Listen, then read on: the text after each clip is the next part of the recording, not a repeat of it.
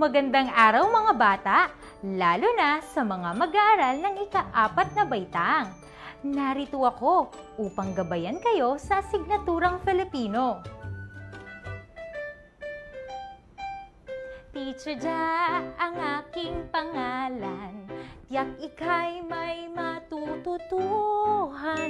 Kasama mo, kaibigan mo, sabay nating aralin wikang Filipino. Kaya mga bata, ihanda nyo na ang inyong mga ballpen at isang malinis na papel. Sisimulan na natin ang pag-aaral ng Filipino, kung saan ikaw siguradong matututo. Handa ka na ba? Tara! O mga bata, muli na naman tayong nagkita. Napanood nyo ba ang mga nakaraang episodes natin? Sa huli nating episode, pinag-aralan natin ang pangalan. Ang pangalan ay mga salitang tumutukoy sa ngalan ng tao, bagay, hayop, lugar at pangyayari. Napakinggan din natin ang usapang text ni Cassie at Razi. Sa usapang iyon, marami tayong pangalan na natukoy tulad ng Razi, bata, anak, magulang, kaibigan, Roxanne, Caitlin, JP, guro, Binibining Charmaine, frontliner, doktor, Cassie, nanay, nurse, barangay health workers, sundalo, pulis, laruan, bahay, kaarawan, piyesta at klase. Nagpunta din tayo sa mundo ng pangalan. Tinukoy muna natin ang mga ngalan ng tao, bagay, hayop, lugar at pangyayari at ginamit natin ito sa pangungusap. At bago matapos ang ating nakaraang episode, nagkaroon tayo ng maikling pagsasanay. Binigyan ko rin kayo ng isang takdang aralin tungkol sa paksa ng pangalan. Halina't basahin at sagutan natin ang inyong takdang aralin. Maaga akong nagising dahil sa huni ng ibon. Masaya akong bumangon at nagdasal. Siguradong maaga siyang umalis upang pumunta sa simbahan.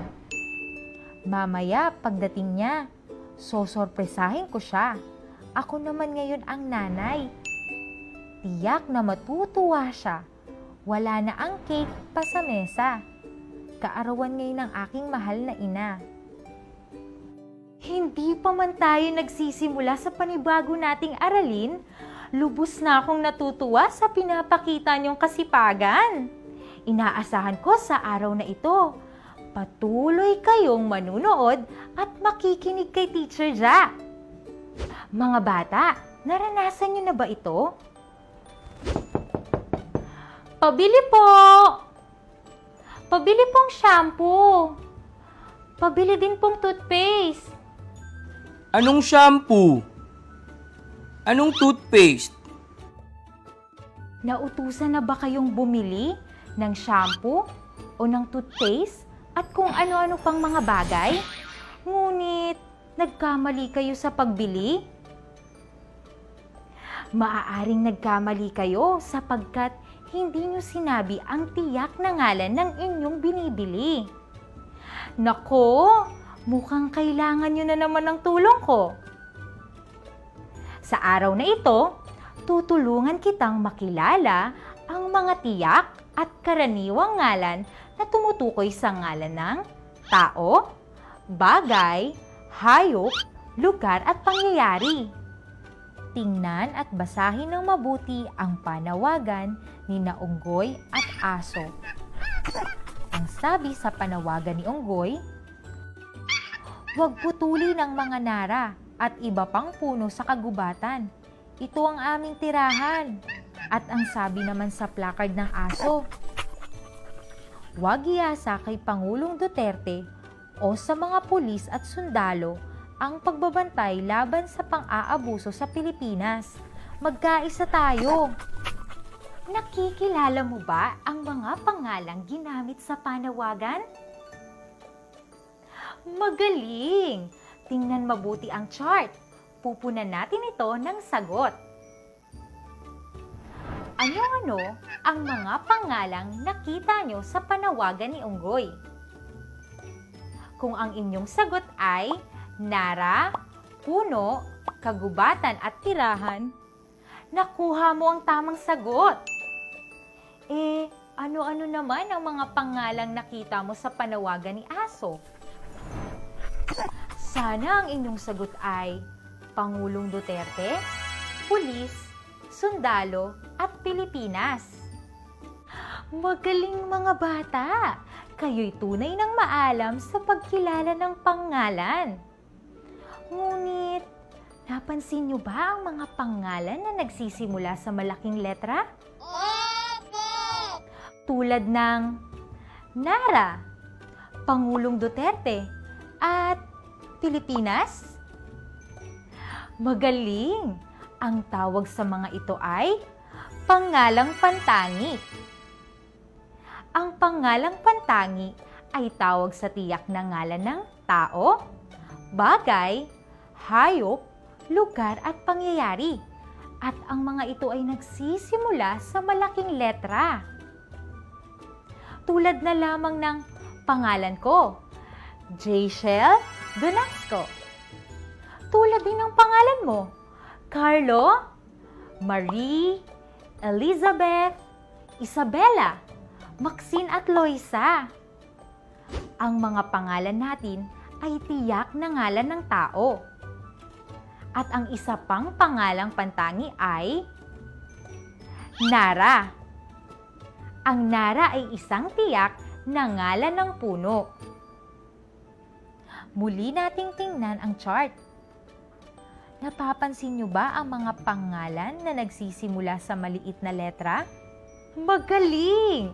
Ang mga ito ay tinatawag na pangalang pambalana. Ang pangalang pambalana ay ang tawag naman sa karaniwan o pangkalahatang ngalan ng tao, bagay, hayop, lugar at pangyayari. At nagsisimula naman ito sa maliit na letra. Ang halimbawa nito ay shampoo, toothpaste, kalsada, paaralan, nanay, tatay, kaibigan, aso at piyesta.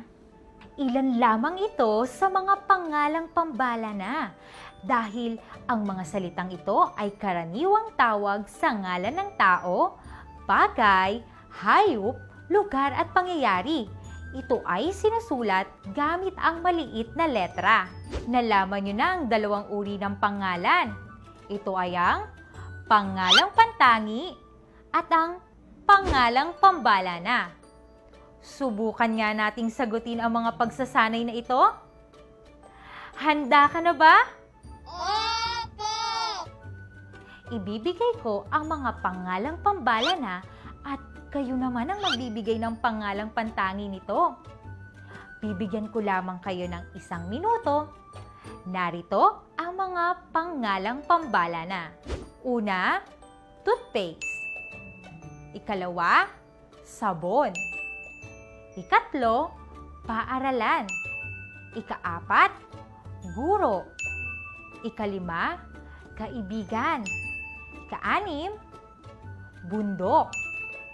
Ikapito, probinsya. Ikawalo, shampoo. Ikasyam, ballpen. At ang panghuli, sapatos.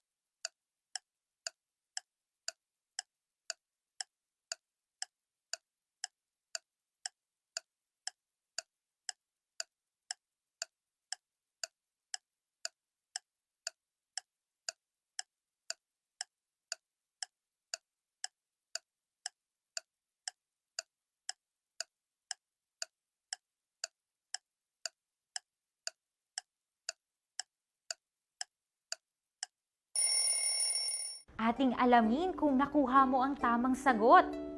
Mga bata, kung ang mga isinagot nyo para sa bilang 1 hanggang 10 ay: una, nagsisimula sa malalaking letra.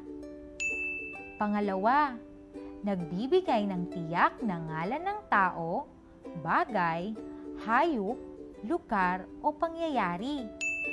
At ang ikatlo, ito ay madalas na tatak ng mga kilalang produkto o lugar. Narito ang mga ilang halimbawa. Una, toothpaste. Maaaring Colgate, Happy o Close Up. Ikalawa, sabon. Safeguard, Perla o Kojic. Ikatlo, paaralan. San Pedro Elementary School. Ikaapat, Ginang Damasco. Ikalima, kaibigan, Helen. Ika-6, bundok, bundok Apo at bundok Makiling. Ika-7, probinsya, Batanes, Guimaras o Sulu. Ika-8, shampoo, Sunsilk, Palmolive at Pantene. Ika-9, ballpen, maaaring Panda o Pilot. Ika-10, sapatos, Otto, Nike o Advan. Naku, walang duda! Tama ang lahat ng inyong mga sagot. Dahil dyan, bibigyan ko kayo ng isang Aja Clap. 1, 2, 3, Aja!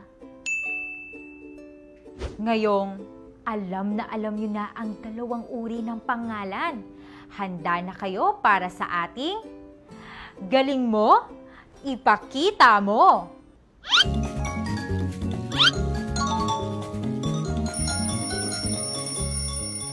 Ihanda na muli ang inyong ballpen at malinis na papel. Kopyahin ang naiibang pangalan sa hanay ng mga salita at tukuyin kung ito'y pantangi o pambalana. Bibigyan ko kayo ng 5 segundo sa bawat bilang. Una, Mindoro, Laguna, Lalawigan, Batangas.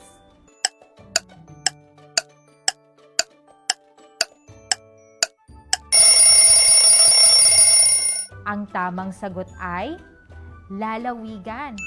Ito ay pambalana. Pangalawang bilang. Arroyo, Senador, Duterte, Estrada.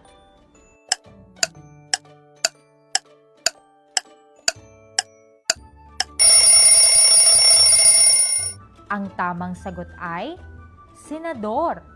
Ito ay isang pambalana. Pangatlong bilang. DENR, ahensya, gobyerno, programa.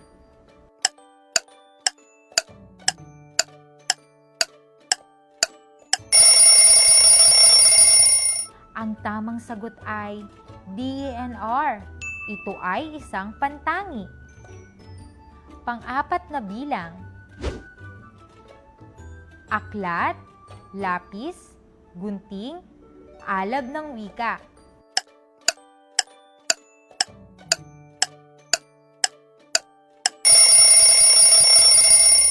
Ang tamang sagot ay alab ng wika. Isa itong pantangi. Panghuling bilang, paaralan, aklatan, simbahan, Pilipinas.